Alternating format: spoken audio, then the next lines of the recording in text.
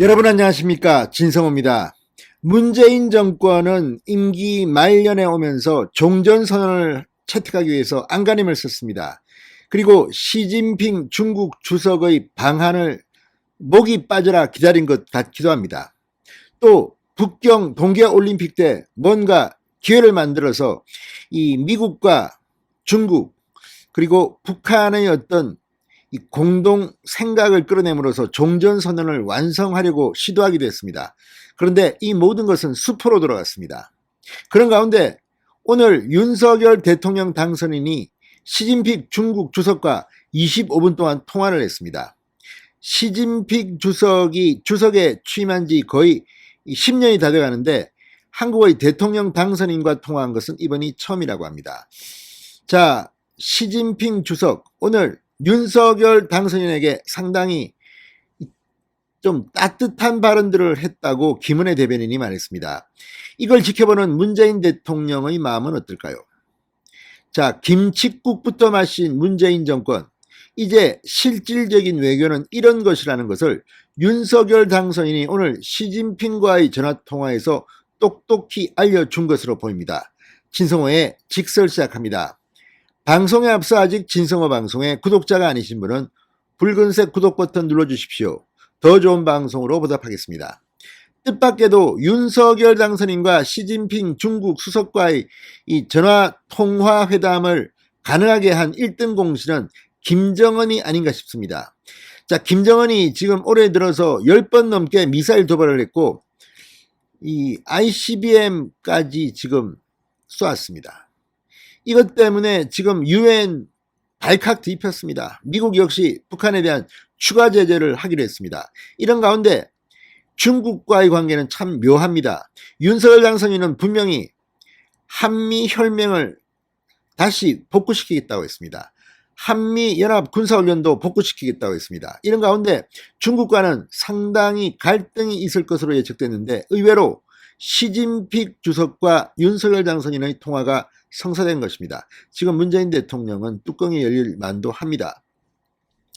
자, 윤석열 당선인이 시진핑 중국 국가수석과의 통화에서 북한의 완전한 비핵화 실현과 한반도 정세의 안정적 관리를 위해 양국이 긴밀히 협의해 나가자고, 협력해 나가자고 말했다고 합니다. 시진핑 주석이 2013년 3월 주석에 취임한 이후 한국 대통령 당선인과 통화는 이번이 처음이라고 김은혜 대변인은 말했습니다.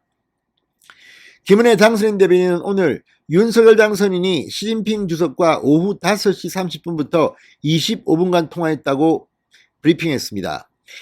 윤 당선인은 전날 북한이 대륙간 탄도미사일 ICBM을 발사하는 등 최근 급박하게 돌아가는 한반도 정세에 우려를 표한 것으로 전해졌습니다.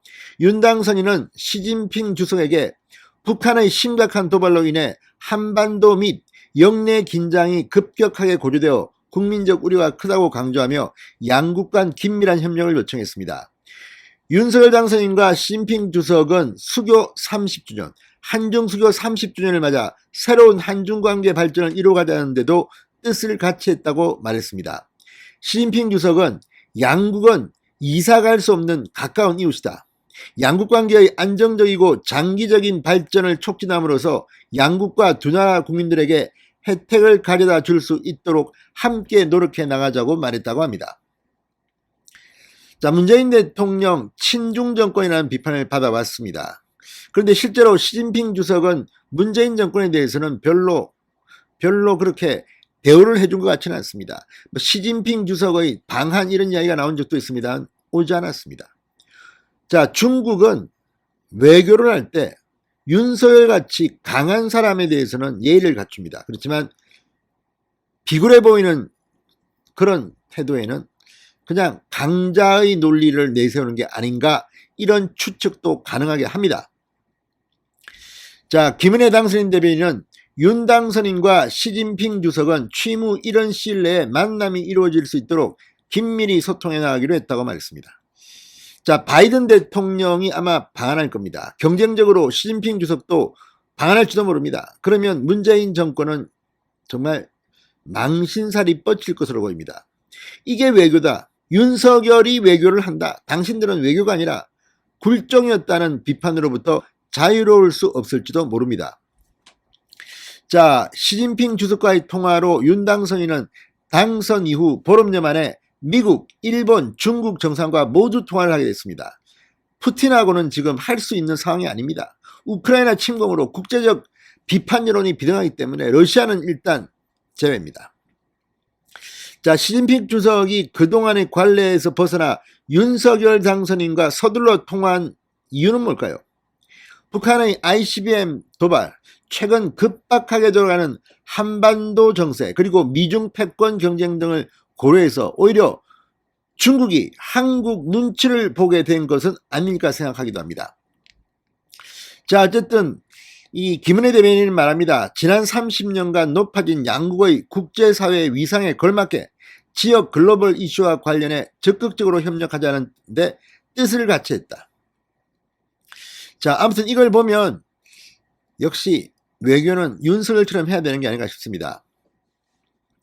자, 시 주석 지난 11일 싱하이밍 중국 대사, 주한 중국 대사를 통해 축전을 전달한 데요. 오늘은 직접 윤석열 당선인과 통화를 통해 당선 축하 메시지를 전달했습니다. 윤 당선인 역시 시 주석에게 감사의 뜻을 표하면서 올해 양회 전국인민대표대회가 성공적으로 개최된 것을 축하한다고 말했습니다. 외교의 품격이 윤석열 당선인으로부터 살아나고 있다는 느낌이 듭니다. 문재인 대통령 상당히 침통하겠습니다. 신성호의 직설이었습니다. 여러분 감사합니다.